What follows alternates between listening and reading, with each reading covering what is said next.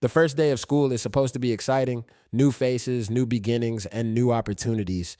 But for James Parker, it felt like walking into a battlefield without armor.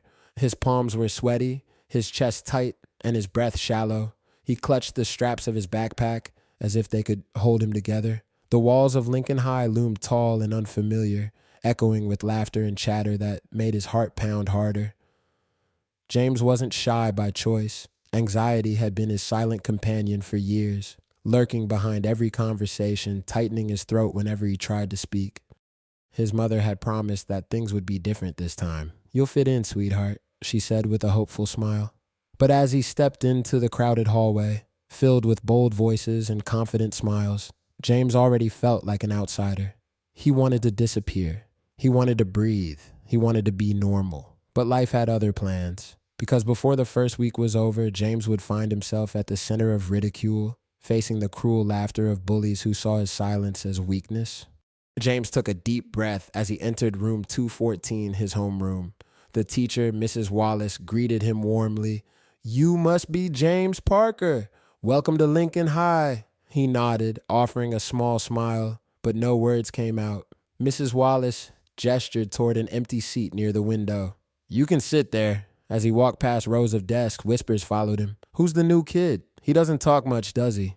He sat down, staring out the window, watching leaves drift past. It was his safe zone, a place to focus when his heart started racing. The first few days were quiet. He ate lunch alone, listened more than he spoke, and avoided drawing attention, but anxiety had a cruel way of attracting what he feared most. On Thursday, while he was eating in the cafeteria, a group of loud boys approached his table. Their leader, Tyler, was everything James wasn't: tall, confident, and surrounded by friends.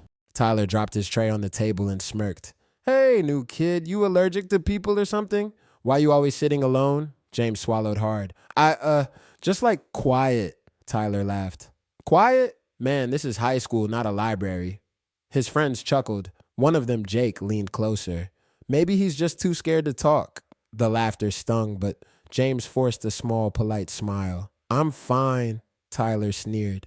The bullying started subtly. Snickers when James spoke, paper balls thrown at his desk, and whispers that grew louder each day.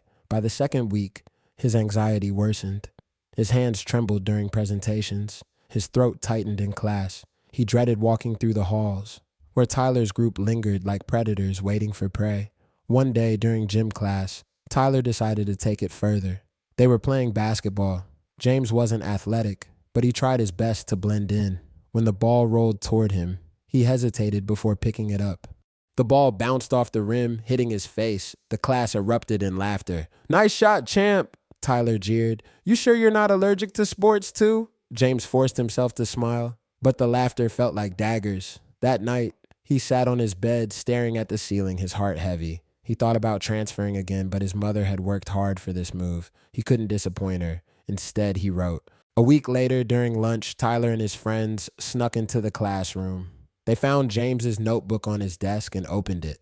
"What's this?" Jake snickered. "Dear Diary, today I got bullied again." Tyler flipped through the pages, reading James's private words out loud, mimicking his tone. "Sometimes I feel invisible. Sometimes I wish I could disappear."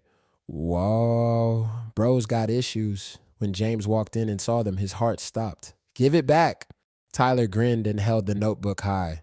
"Oh, come on. We're just helping you express yourself, poet boy." "Please," James whispered. The laughter echoed through the halls. Students gathered around, recording on their phones. And then, something inside James snapped. He lunged forward, snatching the notebook from Tyler's hands. "Stop!" His voice cracked, but it carried across the hall. For the first time, everyone fell silent. Mrs. Wallace appeared, her face stern. "What is going on here?" The crowd scattered. Tyler and his friends mumbled excuses, but Mrs. Wallace had seen enough. They were sent to the principal's office. James was shaken but relieved. Yet, the damage was done. The video had already made its way online. That night, his inbox flooded with messages. Some mocked him. Others called him names. For the first time, James cried until he fell asleep. The next morning, he didn't want to go to school. His mother knocked gently on the door. "James, you're going to be late." "I'm sick," he muttered. She opened the door, worry in her eyes. Is it the anxiety again? He nodded, unable to look at her. They hate me. She sat beside him, wrapping an arm around his shoulder. Honey, people fear what they don't understand. Later that day, the school counselor, Mr. Dalton, called him in. James, I saw the video. What they did was wrong, but I also saw something else. Courage. Courage? James frowned. Yes, you stood up for yourself. That's not easy. Mr. Dalton encouraged him to join a group called the Voices Club, a small community of students dealing with anxiety, depression, and bullying. Reluctantly, James agreed. The first meeting changed everything. There he met Lila, a soft-spoken girl who struggled with panic attacks, and Ethan, who had overcome years of bullying for his stutter. They listened to James's story without judgment. For the first time, James felt understood. Lila smiled gently. You're not broken, James. You're just human. Something inside him began to heal. Weeks passed. Slowly, James grew more confident. He still struggled with anxiety, but now he had people beside him. He started writing again, but this time not in secret. His English teacher encouraged him to share his poetry at the school's annual expression night. He hesitated at first, but Lila insisted. You've got something powerful to say. Let them hear you. The night arrived. The auditorium was packed. He took a deep breath and began. They laughed because I was quiet, but silence isn't weakness. It's strength waiting to speak. I am the pause before the storm, the whisper before the roar, and though my hands shake, my voice will not break. The crowd fell silent. Each word echoed with emotion. By the time he finished, the room erupted in applause. Even Tyler looked stunned. A few days later, Tyler approached him in the hallway. Hey, he said awkwardly. James froze. What do you want? Tyler scratched his neck. Look, man, I saw your performance. It was good. I didn't realize you were dealing with all that. I was a jerk. James studied him for a moment. Yeah, you were, Tyler sighed. I'm sorry. It wasn't perfect. It didn't erase the pain, but it was a start. Over time, the bullying stopped. Tyler even started helping the Voices Club with anti-bullying campaigns. People began to see James differently, not as the shy kid, but as the boy who found his strength through his silence. He turned his struggle into a platform for others who felt the same way. Months later, James stood in the same hallway where it all began.